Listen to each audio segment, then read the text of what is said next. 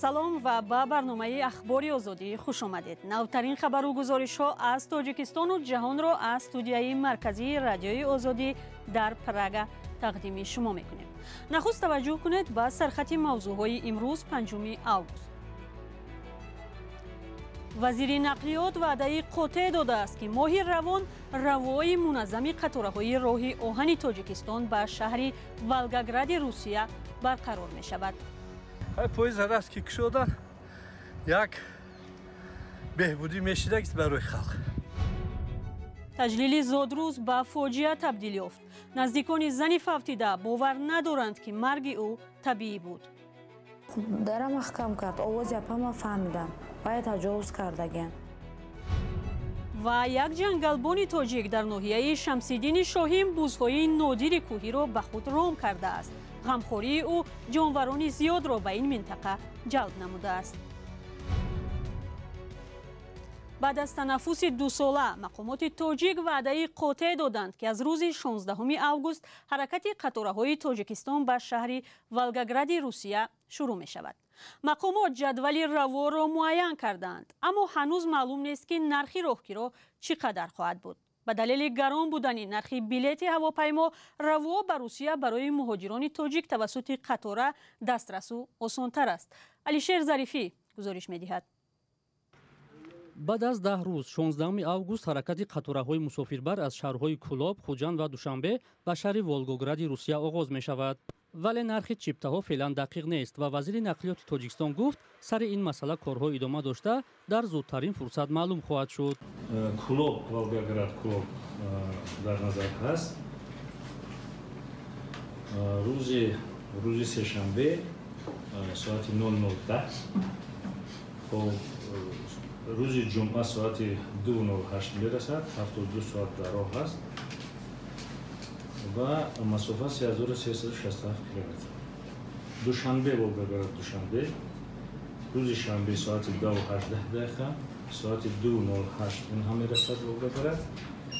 рӯзи сешанбе соати 12:08 бозгашт ва вақти ҳаракат 65 соату 50 километр мешавад, 3111 километр. Хуҷанд, Волгоград, Хуҷанд. рӯзи чоршанбе соати 14:39 вақти расидан ҳамон вақт. қаблан намояндагони идораи роҳи оҳани кишвар гуфта буданд, ки ҳаракати қатораҳо ба самти Русия 30 август оғоз мешавад. Азим Иброҳим вазири нақлиёт афзуд, ки оғози ҳаракати қатораҳо на 30, балки 16 август пешбинӣ шудааст. оғози ҳаракати қаторҳо миёни Тоҷикистону Русия метавонад барои садҳо муҳоҷир хабари хуш бошад. ба хотири гарон будани билети ҳавопаймо, муҳоҷирон зиёд тавассути қатор ба Русия рафтуомад мекарданд. ҳамин арзон боша боз чӣ қадар хубтара, барои ки ҳози халқи мо кор проблем аст, кор намеёванд, беҳтарин мешавад. халқ ба ҳама маълум, халқ ҳозир ҳама ҷиҳати бюҷетист аст. поезд раз ки кушодан як беҳбудӣ мешидагист барои халқ. барое ки мо Россия вобастагӣ дорем, барои халқи рафт бо як чиз нимчи бас халқ сабаки меорад. охирин қаторае, ки аз Русия ба Тоҷикистон ҳаракат карда буд, моҳи марти соли 2020 буд. 16 марти ҳамон сол Русия ба далели ҳамагири COVID-19 ҳаракати қатораҳои мусофирбарро бо Тоҷикистон муваққатан қатъ кард. ҳоло дар назар аст танҳо ба шаҳри Волгоград ҳаракати қатораҳо сурат гирад. дар вазорати нақлиёт гуфтанд, феълан ҳаракати қатора ба дигар шаҳрҳои Русия маълум нест. пайвандони як зани ҷавон аз шаҳри Турсунзода, ки 2 моҳ қабл ҷасадаш дар яке аз маконҳои истироҳатии Варзоб пайдо шуд, ба марги табиии ӯ бовар надоранд. онҳо мегӯянд духтарашон беморие надошт ва марги ногаҳонии ӯ боварнокарданист. мақомот гуфтанд, таҳқиқ марги маҷбурии Розияе Гамбердиеваро ошкор накард ва духтари ин хонавода дар пайи истеъмоли барзиёди машрубот фавтидааст. ҷузъиёти дигари қазия дар гузориши Сарвинозӣ Рӯҳулло. раҳмон юсуфи даромадан будам, ки гуфтанд, ки хизмати сафари рафтагӣ гуфтанд. духтари ин зан рӯзи 4 июни имсол ҳамроҳ бо писари 8 солаи худ ва хоҳару як дугонааш барои таҷлили зодрӯзи яке аз шиносҳояш ба истироҳатгоҳе дар Варзоб рафта буданд. аммо субҳи 5 июн хоҳараш ҷасади ӯро дар утоқе пайдо кард, ки шаб جوان با نام NN با او بوده است. مقامات سبب مرگ دخترش را طبیعی گفتند، اما مادر باور ندارد و می‌خواهد عاملان مرگ دخترش آشکار و مجازات شوند. مردشو گفتن که طرف دلش چی بکرد، اگر دلش کافیده باشد و سیاه میشد و چیز میشد و علامت چیز میشد که سرمون چیز به نایستگی نیست، یگون چیز تلک یک چیز کافیده تمام این اکسپرت خلاصه اکسپرت هم خیلی میشد می. تخمینه گامبردیه و خواهر زنی ففتیده میگوید آنها تا شب خوشحالی کردند و بعداً میخواستند خواب کنند، اما این جوان نگذاشت او در نزد خواهرش در یک اتاق خواب کند. تخمینه میگوید در واقع اپش با همراهانش نوشاکی اسپریتی استعمال کرده بود، اما او خود را پوره اداره کرده میتوانست. پیوندان ادعا دارند که روزیه قبل از مرگش تجاوز شده بود. کودک اپم آوردم به پیش کامناتره، در پیش در نظیر استادگی بود، مرا نمونده در اومدنی. گفت را دف شوه اینجا. بعد در محکم کرد، آواز اپم فهمیدم باید تجاوز کردگین. بر اساس سند دادستانی ناحیه ورزاب که حادثه را تحقیق کرده است، نام 4 جوان ذکر شده است که آن شب همراه زنی ففتیده و خواهر و دوگانش در استراحتگاه حضور داشتند. والدان این جوان زنی کشته شده ادعا دارند که دخترشان را جوانی که آنها را به زادروز دعوت کرده بود محض او کشته است، چون به گفته خواهر مرحوم NN با اپای او قبلا شناس بود و با هم تماس داشتند. بعد چند قفس قطعی پرکروری ترسونزاده آمدن اکسپرتیزه هم مش آمد پرسپاس کردن. انامو چین من با نظیر گفت که چیزی که من میگم همون چیزا را گپ میزنی در همون زبان خط، اگر که گپ نزدی تو میدونی هیچ که نداری در ترسونزاده در تاجیکستان و پشته هیچ که نداری گشتن تا فکر کن. بعد مایلی گفتم زبان خطی که چی خیلی که نظیر گفت هم خیلی نویساندم. نفری که والدان روزیه او را سببگار مرگ دخترشان میدانند یکی از 4 جوانی که قبل از پیدا شدن جسد همراه استراحت داشتند. این نفر تا نشر مطلب به تماس‌های رادیوی آزادی جواب نداد. مقامات گفتند نتیجه های تشخیصی جسد مرگ مجبوری را معلوم نکرده است و از این خاطر از باز کردن پرونده خودداری کردند. پیوندان زنی جوان میگویند از بالای قرار دادستانی ورزاب به دادستانی کل تاجیکستان شکایت کردند. آنها از آن نگران هستند که کسی به دادشان نمیرسد. حالا این مادر میخواهد با رسانه‌ای کردن این حادثه مرگ دخترش از نو تحقیق و عاملان مرگ او جزا گیرند. برنامه را با گزارش‌های دیگر ادامه می‌دهیم. از بازگشت طالبان به سر قدرت در افغانستان قریب 1 سال می‌گذرد. 15 آگوست سال 2021 آنها کابل را گرفتند و ساکنان زیادی با ترس از زندگی در عهد طالبان ترک وطن کردند. تلاش فرار از کابل در آن روزهای ناآرام اعضای یک خانواده را از هم جدا کرد. همکنون 1 سال باز پدر با 2 دختر در امریکا و همسرش با 2 کودک دیگر در افغانستان زندگی دارند. تلاش آنها برای یک جای شدن بی نتیجه بود، اما امید را از دست ندادند. سرنوشت این خانواده را در گزارشی از خیرامان بقازاده ببینید. خود میرزای دختر خردی خود را فقط در تلفن دیده است. هستی خردسال در افغانستان است. او زمان تولد شد که خانواده اشان الکی 2 تقسیم شده، پدر و خواهران فرسخ و دور در امریکا بودند. کلیشان که صحبت میکنم حالو دیگه که خورده. سال پیش زمان سقوط کابل میرزای توانست با 2 دخترش افغانستان را ترک کند. خواهران میرزای در حکومت سابق افغانستان کار میکردند. وقتی طالبان سر قدرت آمدند به این خانواده خطر تهدید میکرد. میرزای مجبور شد فرار کند. اما همسر او فاطمه که آن زمان باردار بود با پسر 14 سالش محمد در افغانستان ماند. باردار بودن. ما آخرش بود تقریبا 8 بود. دیگه او مسافرت دیگه بهش سخت بود.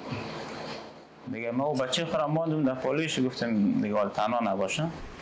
زینب و محیا با مادر در اینترنت صحبت میکنند. آن هم در لحظه هایی که در افغانستان اینترنت خوب باشد. هر دفعه که زنگ میزنه که مادرش جنجال میکنه که چرا خانه محیا نمیایید، بیا خانه من. مگه مادر بیا خانه من، دلم تنگ شده برید. мирзай дар афғонистон бинокор буд. дар амрико ӯ духтари хурдсолаш маҳёро нигоҳубин мекунад. духтари калонияш зайнаб мактаб мехонад. مکتب مورد درس میخوانند این دیگه گفت کس نگاه کنه باید بشینی تا ما یک مهد کودک چیز برش پیدا کنیم. амина хоҳари мирзай ҳам дар ҳамсоягии ӯ зиндагӣ дорад ва талош дорад роҳи зиндагии худро дар кишвари нав пайдо кунад.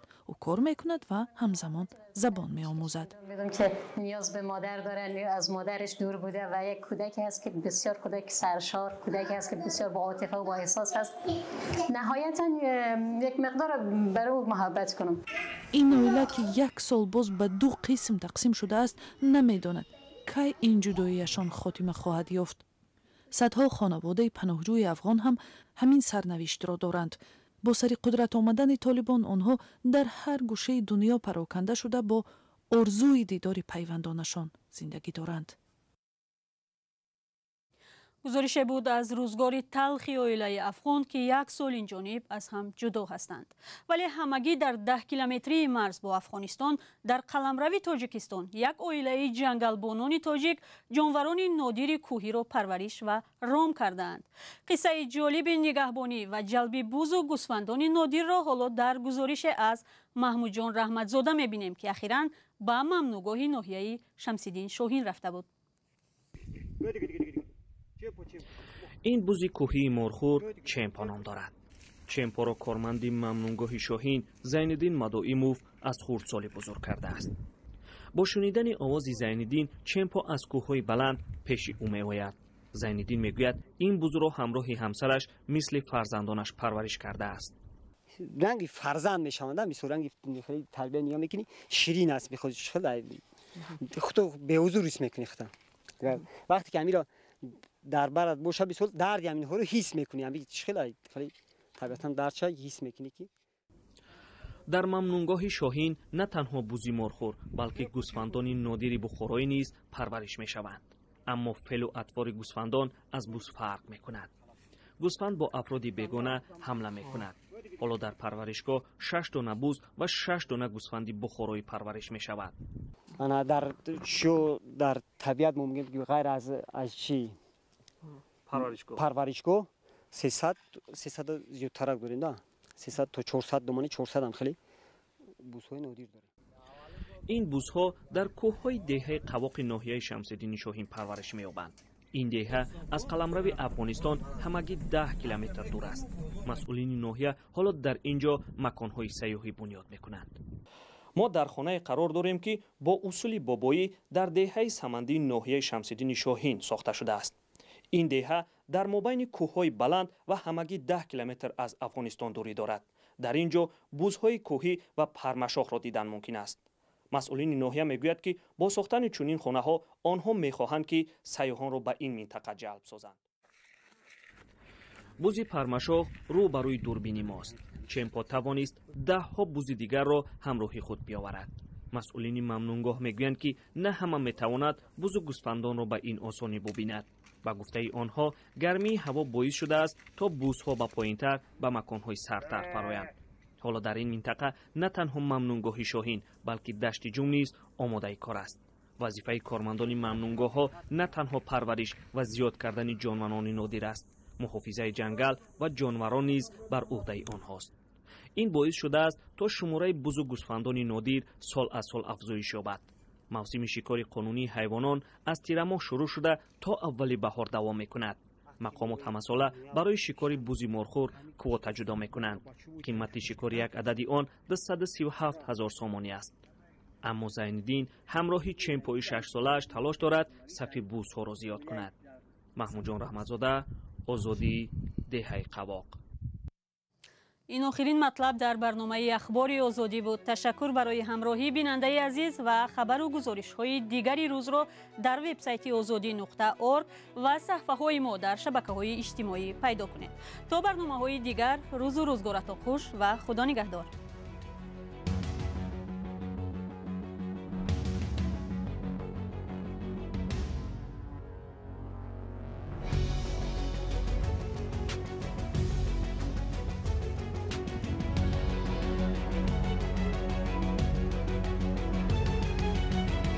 your liberty.